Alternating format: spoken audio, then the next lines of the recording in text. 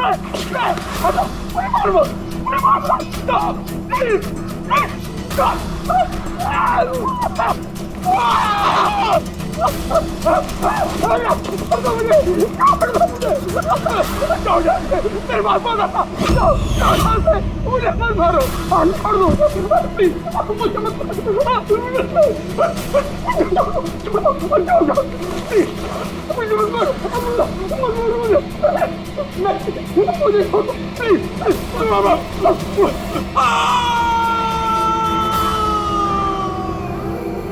दो मुझे, मारो मत मुझे।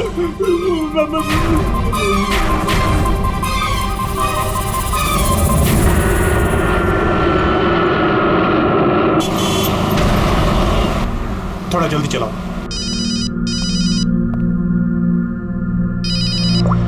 हेलो, एसीपी प्रद्युमन है।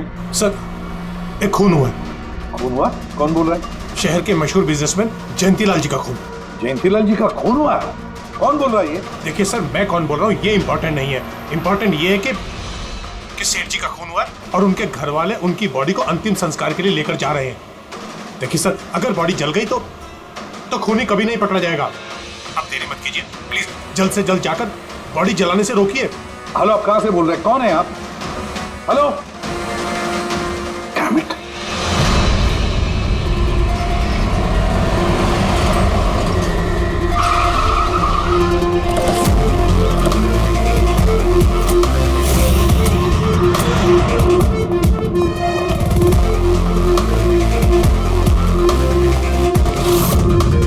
अरे कौन है आप लोग? ऐसे कैसे घर में अंदर आ रहे हैं? हम लोग सीआईडी से हैं। घर के सारे लोग कहाँ हैं? सर, वो लोग तो साहब की बॉडी लेकर शमशान घाट गए हैं। शमशान घाट गए?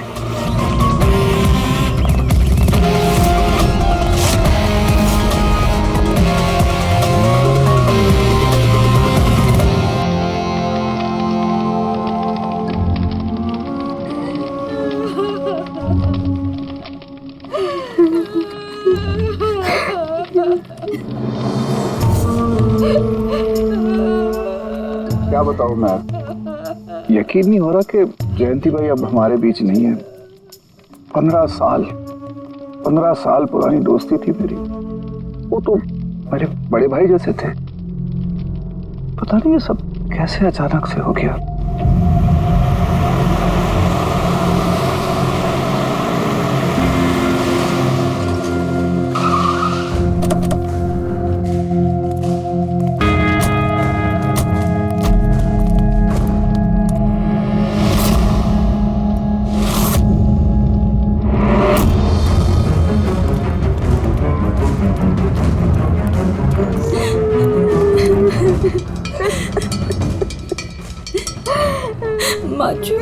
एक्सक्यूज मी,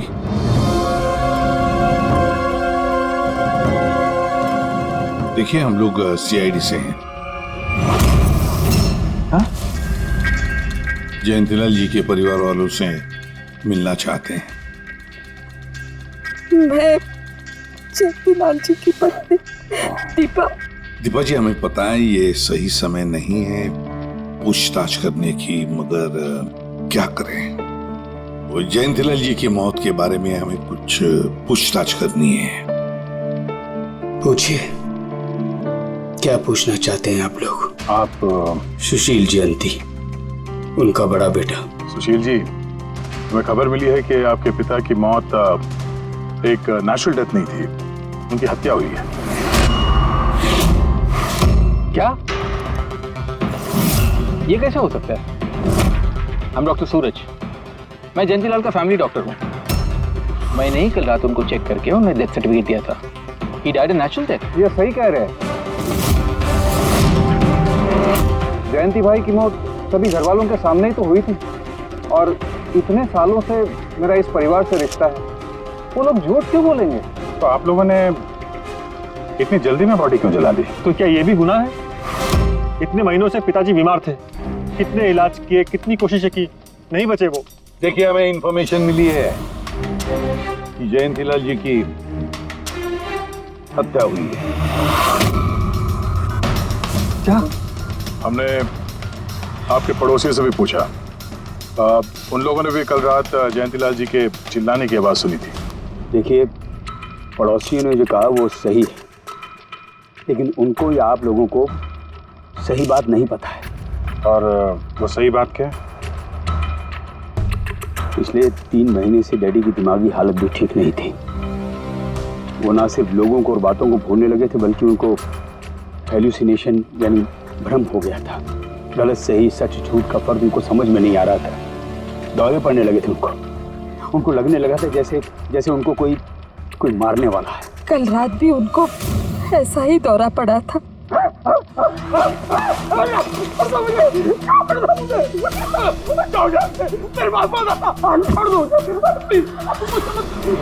शांत, कूल। इंजेक्शन कहीं फास्ट, कम फास्ट। डैडी शांत, रिलैक्स। कुछ नहीं होता है। बच्चों की तरह क्यों जिद कर रहे हो? सुशील जी, उनका स्लीव ऊपर करो।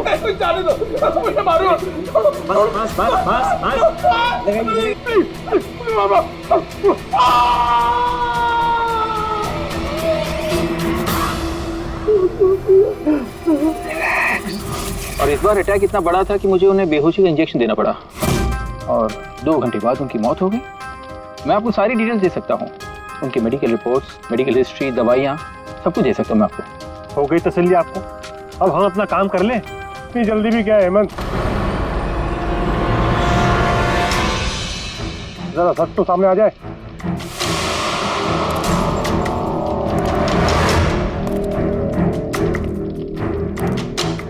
आप सर, मेरा नाम मोहन है, मैं जयंतीलाल जी का वकील। मैंने आपको फोन किया था सर। मोहन जी, आपको ऐसा क्यों लगता है कि जयंतीलाल जी की हत्या हुई है? मेरे शक की वजह है उनकी वसीयत। लेकिन ऐसा क्या है इस वसीयत में? सब कुछ, कि उनकी जायदाद में से किसको कितना हिस्सा मिलेगा। उससे क्या फर्क पड़ता है? हम सब एक फैमिली हैं, किसी को छोटा किसी को बड़ा शेयर मिलेगा, यही ना? दैट्स ओके, कोई फर्क नहीं पड़ता है। अगर जयंतीलाल जी की मौत नेचुरल ना होकर मर्डर साबित हुई तो आप में से किसी को भी उनकी जायदाद का कोई हिस्सा नहीं मिलेगा। Nothing at all. ऐसे कैसे हो सकता है? मुझे बराबर याद है कि 1 साल पहले उन्होंने मेरी सलाह लेकर ही ये वसीयत बनाई थी और उसमें तो ऐसा कुछ भी नहीं लिखा था। दीपा जी, 3 महीना पहले उन्होंने नई वसीयत बनवाई थी। ये क्या बोल रहे हैं आप? ये कैसे हो सकता है? ये सब कुछ बकवास है। अरे पिताजी आपको कब मिले? आप तो 3 महीने से हमारे घर पे आए नहीं और पिताजी भी 3 महीने से घर के बाहर निकले ही नहीं। तो फिर? हेमंत, वो खुद मेरे ऑफिस में आए थे 3 महीना पहले, नई वसीयत बनवाई थी। ये क्या बोल रहे हैं आप? ये कैसे हो सकता है? ये सब कुछ बकवास है। अरे पिताजी आपको कब मिले? आप तो 3 महीने से हमारे घर पे आए नहीं और पिताजी भी 3 महीने से घर के बाहर निकले ही नहीं। तो फिर? हेमंत, वो खुद मेरे ऑफिस में आए थे 3 महीना पहले। मैं अब जिंदा नहीं रहूंगा। आप क्या कह रहे हैं सर? कोई मेरी जान लेना चाहता है, मुझे मार डालेगा। सर, कैसी बात कर रहे हैं आप? कौन है जो आपको मारना चाहता है? कोई अपना, मेरे परिवार के सदस्यों में कोई है। मुझे पूरा यकीन है कि मैं अब चंद दिनों का मेहमान हूं। सर, कौन है वो? कहा ना, कोई अपना। क्या सोच रहे हो? पुलिस के पास जाऊं? यही कहना चाहते हो? सर, मैं पुलिस को खबर करूं? नहीं, पुलिस वाले भी अब मुझे पागल समझेंगे। तुम मेरा एक काम करो मोहन, मेरा वसीयतनामा बदल डालो। अगर मेरी मौत हो जाती है और मौत के बाद ये साबित होता है कि उसका कारण मेरा परिवार है, तो मेरा बिजनेस, मेरा पैसा, मेरा कुछ भी परिवार के किसी भी सदस्य के नाम नहीं होगा। सर, अगर परिवार के सदस्य को नहीं मिलेगा तो किसको मिलेगा?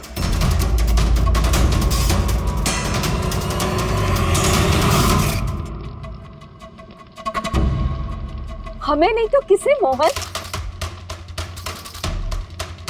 जायदाद किसको मिलेगी? सर सीआईडी को।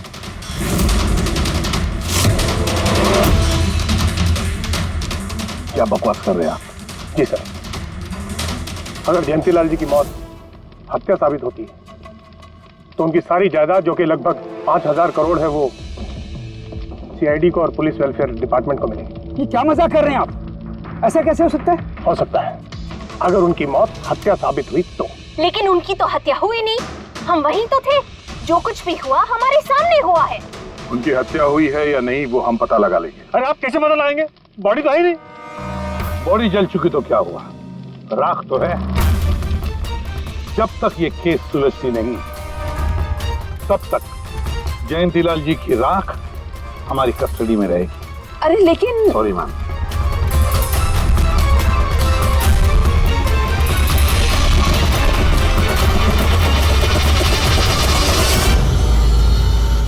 मोहन जी, सर जरा बताइए, क्या जयंतीलाल जी ने खुद आपसे कहा था कि उनके परिवार वालों में से कोई है जो उनकी जान लेना चाहता है? जी सर। क्यों? सर वजह तो पता नहीं, लेकिन उनको लगता था कि उनके घर वाले पैसों के लिए उनकी जान लेना चाहते हैं सर। बेटों से वो खुश भी नहीं थे। वो चाहते थे कि हेमंत और सुशील उनके साथ बिजनेस में हाथ बटाएं, उनके साथ बिजनेस करें, लेकिन ऐसा हुआ नहीं सर। ऐसा क्या हुआ? सर दोनों ने अपना अलग अलग बिजनेस शुरू किया, लेकिन उसे भी चला नहीं पाए। और हेमंत सर, वो तो एक नंबर का अय्याश निकला। उसने सेठ जी के सारे पैसे उड़ा दिए। सर बाप बेटे में हमेशा खटर पटर चलती रहती थी, कभी बनी नहीं बाप बेटे में। बनती नहीं थी, मगर हम बाप बेटे तो थे। मुझे पैसों की बहुत जरूरत थी, लेकिन इसका ये मतलब थोड़ी है कि मैं अपने पिता को ही मार दूंगा। मार भी सकते हो। आखिरकार दुनिया में आधी से ज्यादा गुनाह तो पैसों के लिए ही होता है। फिर तो सुशील भैया की वजह मुझसे बड़ी थी। उनका पिछला बिजनेस उन्होंने घाटे में बंद किया और अभी जो है वो नुकसान में चल रहा है। सर मार्केट का बहुत पैसा है उनके ऊपर, और डैडी भी इस बार सुशील भैया की मदद करने के लिए रेडी नहीं थे। सर मैं मानता हूँ कि डैडी नाराज थे, नहीं दे रहे थे मुझे पैसे, पर मुझे ये भी पता है कि वो मुझे और मेरे परिवार को मरने के लिए नहीं छोड़ सकते थे। खून में उनका खून तो हो, इसीलिए पैसों के लिए अपनों का ही खून बहा दिया। सर एक आइडिया है। क्या है कि अब जो हुआ सो हुआ, उसको बदला तो नहीं जा सकता, लेकिन इस सिचुएशन से अपना फायदा जरूर निकाल सकते हैं। क्या मतलब? वो सर आप ये मामला सुलझा दीजिए। मान लीजिए कि नेचुरल डेथ थी, अब वसीयत के हिसाब से पैसे सीआईडी और मुंबई पुलिस की जगह हमें मिलेंगे जो उसके असली हकदार हैं। नहीं, आप लोगों का जो नुकसान हुआ होगा वो हम आपस में समझ लेंगे ना। सुशील जी, हर आदमी एक जैसा नहीं होता, और दोबारा ऐसे बात करने की गलती नहीं करना, समझे? तुम अपनी दादाजी से बहुत करीब थी ना? दादाजी मुझे बहुत प्यार करते थे। हम दोनों बेस्ट फ्रेंड्स के जैसे थे, एक दूसरे से सारी बातें शेयर करते थे। कभी दादाजी ने तुमसे ये कहा था कि उनकी जान को खतरा है, कोई उन्हें मारना चाहता है, ऐसे कभी कुछ कहा था उन्होंने? उन्हें हर किसी से डर लगता था। दादाजी सिर्फ मेरे पे विश्वास करते थे, बाकी उन्हें सबसे डर लगता था। तो उन्हें लगता था कि कोई उन्हें मार देगा। चलो दादू, अब हम खाना खाएंगे। क्या ये? चलो चलो चलो चलो दादू। मुझे वो सब लोग इसमें जहर मिला के मुझे मारना चाहते हैं। कौन मारना चाहता है दादू आपको? वो सब लोग मिले हुए हैं, सब मेरे खिलाफ साजिश कर रहे हैं। तुम मत खा, अरे फेंक देते, वरना तुम मर जाएगी। दादू आप मेरा विश्वास करो, ये खाना मैंने अपने हाथों से बनाया, इसमें कुछ नहीं है, इसमें जहर भी नहीं, कुछ नहीं है दादू। आप मेरा विश्वास करो। देखो देखो देखो, मेरे हाथों में खा रही हो ना, देखो देखो, मुझे कुछ हुआ, मैंने अपने हाथों से बनाया। चलो दादू, चलो चलो चलो, खाओ खाओ खाओ खाओ। गुड दादू, गुड दादू। चलो एक और बाइट, जल्दी से जल्दी से जल्दी से जल्दी से एक और बाइट खाएंगे। अच्छा है ना दादू? गुड गुड, चलो चलो। कितना प्यार करती है, तू मेरा कितना ख्याल रखती है, बाकी सब लोग मेरी दौलत के पीछे हैं, मुझे मार देंगे। दादू आपको कुछ नहीं होगा, आपका बहादुर बच्चा है ना इधर, मैं आपको कुछ नहीं होने दूंगी। देखो अब तुम घर जाओ, जाओ, और देखो किसी भी चीज की जरूरत पड़े तो मुझे फोन करना, ठीक है? जाओ।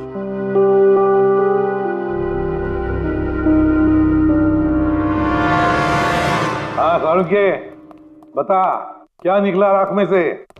बॉस, राख में से बड़ी जबरदस्त बात निकली है। हालांकि इस राख ने मुझे कम परेशान नहीं किया, लेकिन मैंने भी इसका मुंह खुलवा ही लिया, है ना? तो फिर बता दे यार। बताता हूं। तारिका। हाँ सर, हमने इस राख का स्पेक्ट्रोस्कोपी टेस्ट किया। फिर रिपोर्ट से बात साबित हो गई है बॉस कि जयंतीलाल की मौत नेचुरल नहीं है। जयंतीलाल को मारा ही गया। क्या कहा तुमने? जयंतीलाल की मौत नेचुरल डेथ नहीं थी? नहीं। कैसे सामझे? कैसे मारा? लार्सनिक से।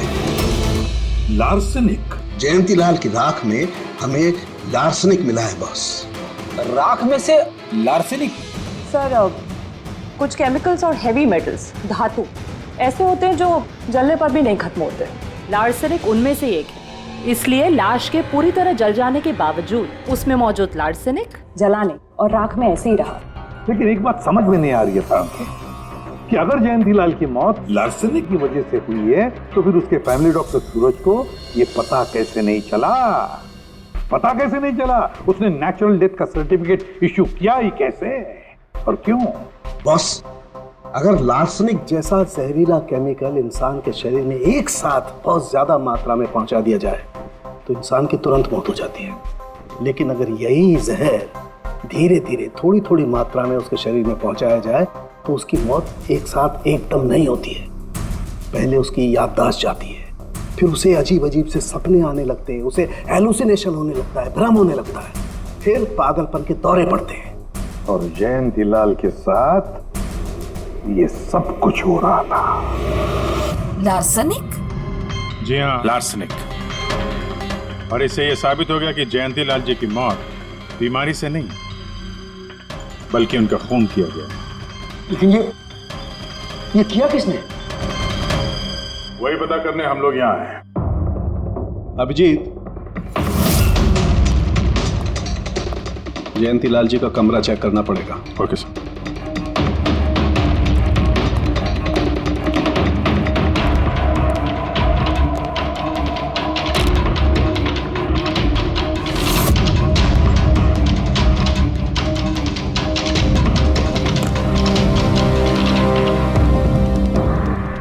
हम पे शक कर रहे हैं? आपने ऐसे सोच भी कैसे लिया कि हम लोगों में से कोई ऐसी घिनौनी हरकत कर सकता है? ऐसा कुछ नहीं है माँ, ये सब इनकी चाल है। डैडी की प्रॉपर्टी इन्हें मिल जाए इसके लिए मनगढ़ंत कहानी बना रहे हैं ये लोग। बकवास मत करिए सुशील जी, दोबारा ऐसा बोला ना अंदर डाल दूंगा।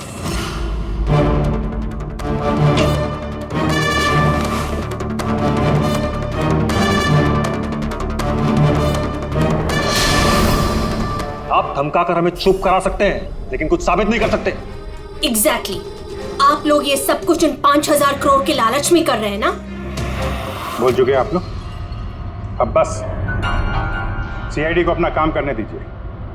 क्या मजाक नहीं चल रहा है? एक आदमी का खून हुआ है, खून। तो आप सबकी भलाई इसी में है कि हमारे साथ कोऑपरेट करें। अच्छा, अब सीआईडी धमकाने भी लगी है। ये धमकी नहीं है, ये आशी, आशीष, आशी बेटा, आशी क्या हो गया? आशी बेटा, आशी बेटा उठो। आशी आंखें खोलो, क्या हो गया तुम्हें? आशी, आशी बेटा क्या हो गया? अरे जरा देखो इसे भी, क्या हो गया मेरी बच्ची को? आशी क्या हुआ? आंखें खोलो, हो गया? आशी बेटा, आशी बेटा, आशी क्या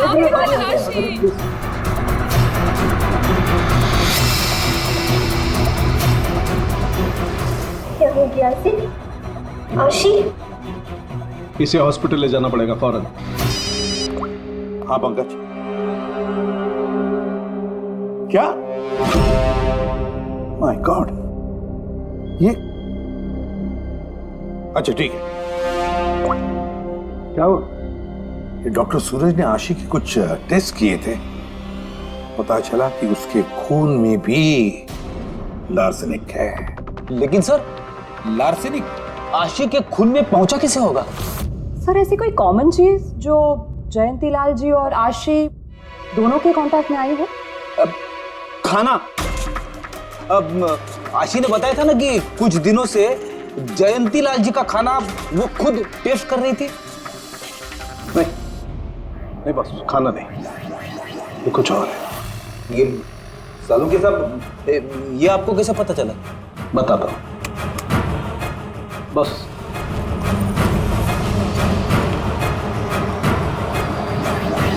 ये है वो बाल जो हमें जयंतीलाल के हेयर ब्रश में से मिला है। अब लार्सेनिक तो अधिकतर नाखूनों में और बालों में ही जमा होता है। तो जब हमने इस बाल के छोटे छोटे टुकड़े करके एनालिसिस किया तो रिजल्ट आया ये। और सर हमने इन टुकड़ों का एटॉमिक अब्जॉर्प्शन टेस्ट किया तो पता चला कि दूसरे केमिकल्स के साथ साथ इसमें लार्सेनिक भी है। अब क्योंकि बाल धीरे धीरे बढ़ते हैं इसलिए हमने इस रिजल्ट को कैलेंडर के साथ टैली किया। बॉस, तब हमें पता चला कि जयंतीलाल को ये लार्सेनिक 8 से 10 दिन के गैप में दिया जा रहा। और 8-10 दिन के गैप में? इसका मतलब जो भी है, जयंतीलाल को हर 8-10 दिन के इंटरवल पर लार्सेनिक दे रहा था, धीरे धीरे मार रहा था। और इसकी शुरुआत हुई बॉस 3 महीने पहले। 3 महीने पहले? सर हाँ, फिर तो खूनी जयंतीलाल जी के घर वालों में से कोई नहीं होगा। परिवार वाले 8-10 दिन तक इंतजार क्यों करेंगे? एक ही बार में मार देंगे। फ्रेडी, परिवार वाला भी तो जयंतीलाल को धीरे धीरे मार सकता है ताकि किसी को उस पर शक ना हो। सर पिछले 3 महीने से कुछ मसाज करने वाले आ रहे थे, मैंने बताया था आपको। हाँ, चेक कर चुके हैं हम उनको। उनके अलावा और कोई आता था क्या? कोई एक हो तो बताओ। उनके दोस्त, पुराने बिजनेस पार्टनर और ऑफिस के स्टाफ वगैरह बहुत सारे लोग आते रहते थे घर पे। जी, डैडी बहुत सोशल थे। लोगों से मिलना जुलना, पार्टीज में जाना उनको बहुत अच्छा लगता था। इसीलिए जब उन्होंने बाहर जाना बंद कर दिया तो लोग उनसे मिलने घर पर आने लगे। लेकिन इन लोगों को हम अच्छी तरह से जानते हैं सर, इनमें से कोई ऐसा नहीं कर सकता है। भाभी देखिए ना, ये कैसा निशान लगा है। 4 बार धोया, 4 बार छुटाया, फिर भी नहीं हट रहा। अरे ठीक से धो ले, साफ हो जाएगा। अरे भाभी कितनी बार रगड़ा, नहीं जा रहा। और जाएगा भी नहीं, क्योंकि ये दाग खून का है। खून? जी हाँ। सुनिए, आपके कुर्ते पे ये खून का दाग कहाँ से आया? आपको कहीं चोट लगी है क्या? क्या हुआ आपको? मुझे नहीं पता। अरे मुझे मेरे कुर्ते पर कहाँ से आया? मैं खुद हैरान हुआ था कल जब मैंने इसे देखा। तो कल लगी आपको ये चोट? नहीं, मुझे कोई चोट नहीं लगी। हाँ, जब मैं कल लोगों से मिल रहा था तब ये खून का दाग लगा मुझे।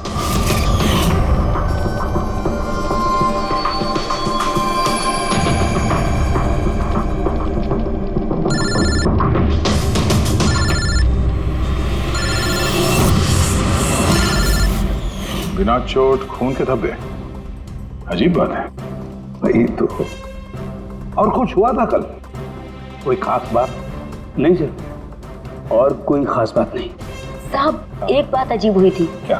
कल सुबह मुझे गार्डन में कांच के कुछ टूटे हुए टुकड़े मिले थे। कांच के टूटे हुए टुकड़े? तो फिर? साहब उन टुकड़ों में खून लगा हुआ था। क्या? कांच के टुकड़ों में खून लगा हुआ था? जी। कहाँ पर है वो? अब वो तो मैंने कचरे के डिब्बे में डाल दिए। इस कुर्ते पे खून, कांच के टुकड़े पे खून। कहाँ देखे थे वो कांच के टुकड़े तुमने? ये देखिए, यहाँ पर मिले थे मुझे कांच के टुकड़े। यहाँ पर? जी।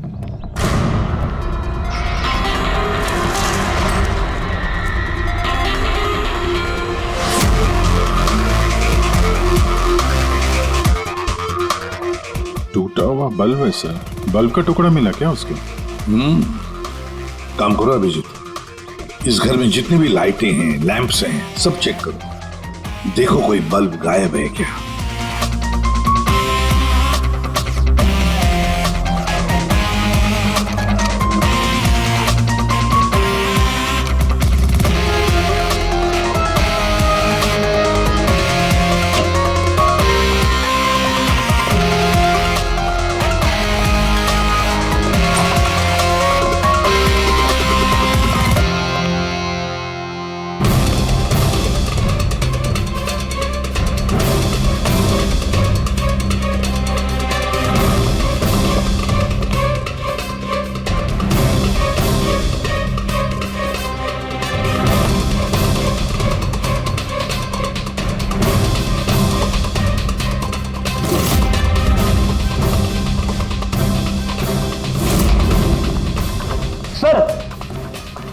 सब जगह देख लिया, कांच का टूटा हुआ सामान कहीं पे भी नहीं है। सर कुछ नहीं मिला।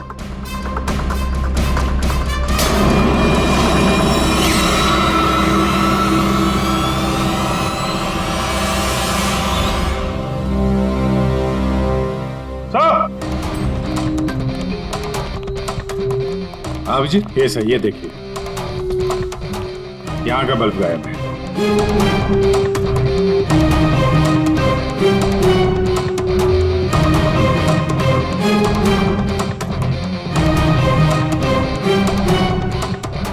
बड़ी अजीब बात है, ये लैम्प तो बिल्कुल ठीक था।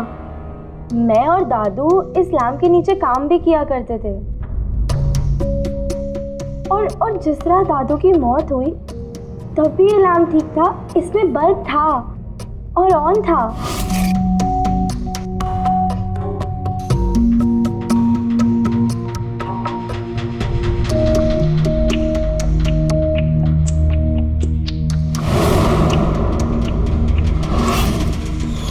तो फिर इस लैंप से बल्ब अचानक गायब कैसे हो गया?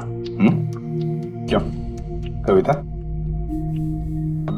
नहीं साहब, मुझे कुछ नहीं मालूम कि बल्ब कैसे गायब हुआ, किसने निकाला, मैं कुछ नहीं जानती। लेकिन सर ये बल्ब कोई गायब करेगा क्यों? सर इस बल्ब का और इस लैंप का कुछ ना कुछ तो लेना देना है इस केस में।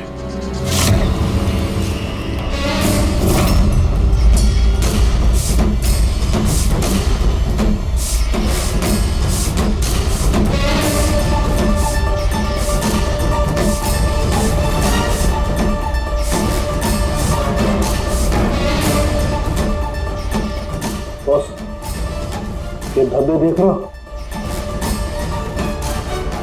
ये धब्बे लार्सनिक के हैं। लेकिन ये लार्सनिक के धब्बे पूरे लैंप पर कैसे हैं? बॉस, हुआ ये होगा, खूनी जयंतीलाल जी के घर पे आता होगा हर 8 या 10 दिन में। नमस्ते साहब, साहब ऊपर है अपने कमरे में।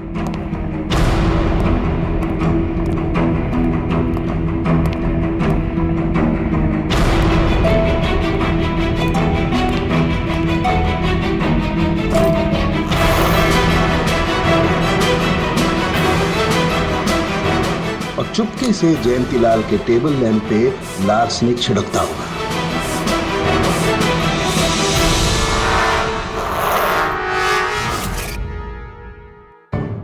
शायद जयंतीलाल जी हमेशा इस टेबल पर बैठ करके काम किया करते थे।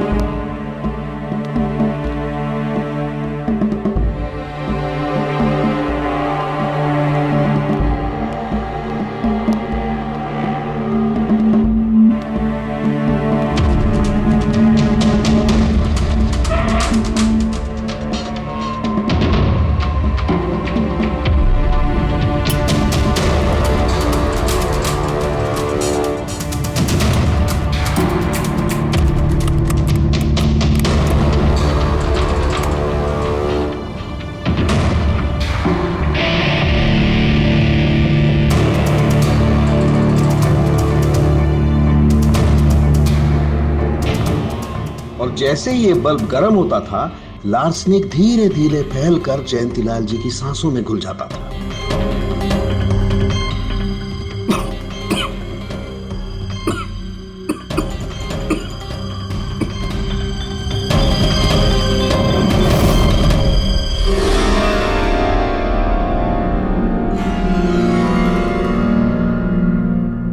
सालों के साथ आशी को लार्सेनिक का इतना असर क्यों नहीं हुआ? उसे लार्सनिक का इतना असर इसलिए नहीं हुआ फ्रेडी, क्योंकि वो यहां हमेशा नहीं रहती थी, कभी कभी आती थी अपने दादाजी के पास। यार ये जो भी कोई है, इस जयंतीलाल के और घर वालों के करीब का ही कोई है, इसलिए वो जयंतीलाल की मौत के वक्त यहां मौजूद था, और मौत होने के बाद सबूत मिटाने के लिए उसने उस लैंप में से वो बल्ब निकालकर अपने जेब में रख दिया होगा, और फिर सभी घर वालों से मिलते वक्त सुशील जी को भी अपने गले लगा लिया। जैसे सुशील को उसने गले लगा लिया, उसके जेब में जो उसने बल्ब छुपा के रखा होगा वो फूट गया, जिसकी वजह से उसके कमर में जख्म भी हुई, और उस जख्म से जो लहू निकला, जो खून निकला, वो सुशील के कपड़ों पर आया। मतलब सर, खूनी घर वालों में से कोई होगा? नहीं फ्रेडी, घर वाला तो नहीं लगता, और घर वाला होता तो बस जेब में रख के थोड़ी ना घूमता। ये तो कोई ऐसा आदमी है जिसके पास वही एक मौका था सबूत मिटाने का, वो चंद मिनट। घर वाला तो कभी भी निकाल लेता। सर उस दिन तो कितने लोग आए थे यहाँ, खूनी का पता कैसे चलेगा? सर उस दिन मीडिया के लोग भी आए थे, कौन आया कौन गया ये सब रिकॉर्ड तो किया ही होगा उन लोगों ने। तो चलो देख लेते हैं किस किस ने सुशील जी को गले लगाया था।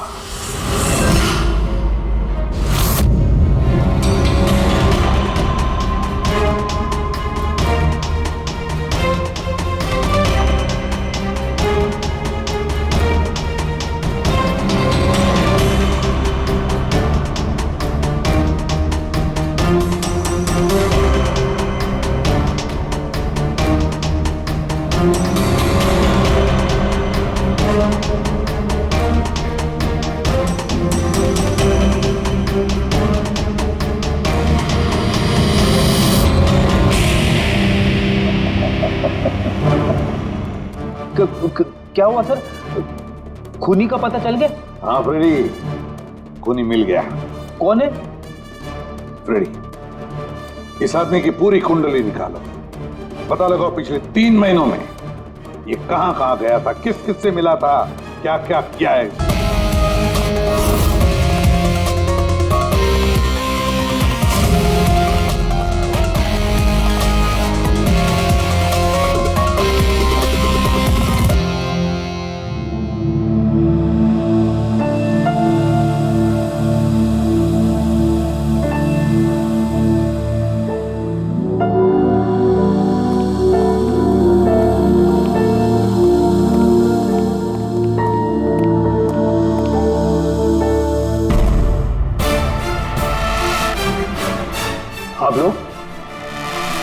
आप लोग फिर यहाँ खूनी का तो पता चला नहीं होगा, कुछ छानबीन रह गई होगी। नहीं सुशील जी, कोई छानबीन नहीं बची है, खूनी का पता चल गया, और खूनी अभी इसी वक्त यहाँ हम सब के बीच मौजूद है।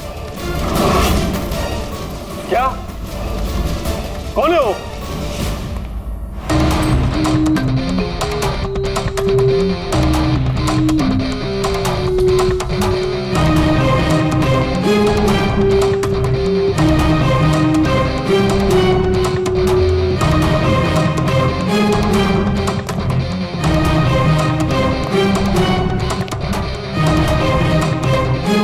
अरविंद जी,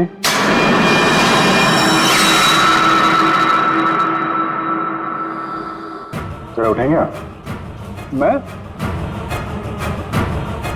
मैंने क्या किया? अरविंद जी, आपने क्या किया इसका तो पता हमने लगा ही दिया। बस अब आपके कारनामे हम आप ही के मुंह से सुनना चाहते हैं। क्या बकवास है ये?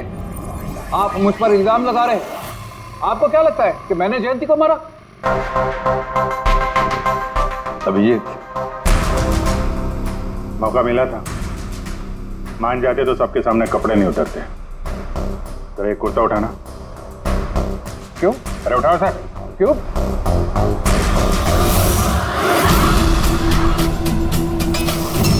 क्या ये निशान कैसा है? हाँ? कौन सी भाषा बोल रहे हो तुम? हिंदी में बोलो, हिंदी में। मातृभाषा है हमारी। भूल गए क्या? याद दिलाओ। हाँ? नहीं सर,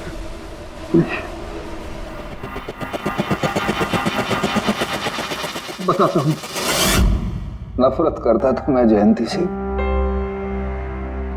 5 साल पहले हमने एक बिजनेस शुरू किया था। आज ये इतना बड़ा 5000 करोड़ का एम्पायर है ना, वो मेरे मेहनत की कमाई थी। मैंने अपनी जिंदगी की सारी जमा पूंजी इस बिजनेस पे लगाई थी, पर जयंती की नीयत में खोट थी। उसने मुझे धोखा दिया, मुझे मेरी कंपनी से निकाल दिया। तब मैंने सोचा कि जब मौका मिलेगा तो मैं इसका हिसाब चुकता करूंगा। और वो मौका तुम्हें मिला 3 महीने पहले एडवोकेट मोहन के ऑफिस में, जहां पर जयंतीलाल जी भी आए थे और तुमने चुपके से उन दोनों की बातें सुन ली थी। अगर मेरी मौत हो जाती है और मौत के बाद ये साबित होता है कि मेरी किसी ने हत्या की है, तो मेरा बिजनेस, मेरा पैसा, कुछ भी मेरे परिवार के किसी भी सदस्य को नहीं मिलेगा। सर, अगर परिवार के सदस्य को नहीं मिलेगा तो किसको मिलेगा? सीआईडी को, जो मेरा मर्डर इन्वेस्टिगेट करेगा। मुझे लगा अच्छा मौका है, जयंतीलाल को मारूंगा मैं और शक जाएगा उसके परिवार पर। और इसीलिए तुमने जयंतीलाल की तरफ दोस्ती का हाथ बढ़ाया, एक नया प्रपोजल लेकर। क्यों? मेरे दिमाग में एक आइडिया था जिसके लिए मेरा उसके घर बार बार जाना जरूरी था।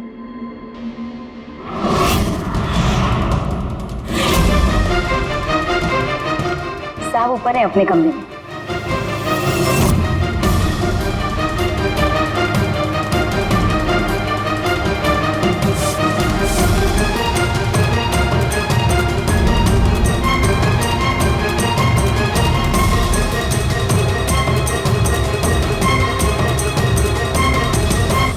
लेकिन एसीपी साहब, आपको इन पे शक कब हुआ? दीपा जी, जयंतीलाल जी की अंत्येष्टि के दिन जो मीडिया कवरेज हुआ था, जो मीडिया वालों ने वीडियो फुटेज लिया था, उसकी मदद से जयंतीलाल जी के अंत्येष्टि के दिन घर के बाहर जो इन्होंने कुर्ता पहना था, शमशान भूमि पर वो कुर्ता बदल दिया गया था, क्योंकि उस पर खून जो लगा हुआ था। क्यों Arvind ji?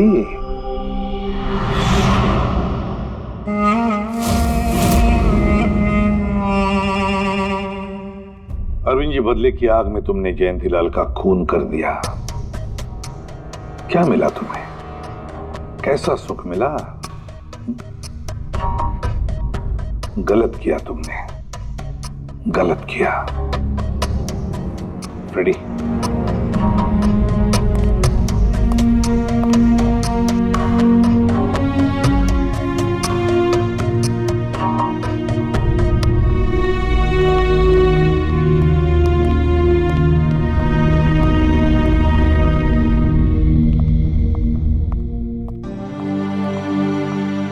Thank you sir, thank you very much. And we are sorry, हम लोगों ने आपको काफी बुरा भला कहा। दरअसल हमें लगा कि पैसों के चक्कर में आप हम परिवार वालों को इस केस में कल्प्रिट बनाने की कोशिश कर रहे हैं। नहीं, कोई बात नहीं। एसीपी साहब, मैं मेरे पति की अंतिम इच्छा पूरी करना चाहती हूँ। सीआईडी और पुलिस वेलफेयर फंड में मैं डेफिनेटली डोनेट करूंगी। Thank you very much, thank you. Thank you so much sir कि आपने मेरे दादू को इंसाफ दिलाया। God bless you.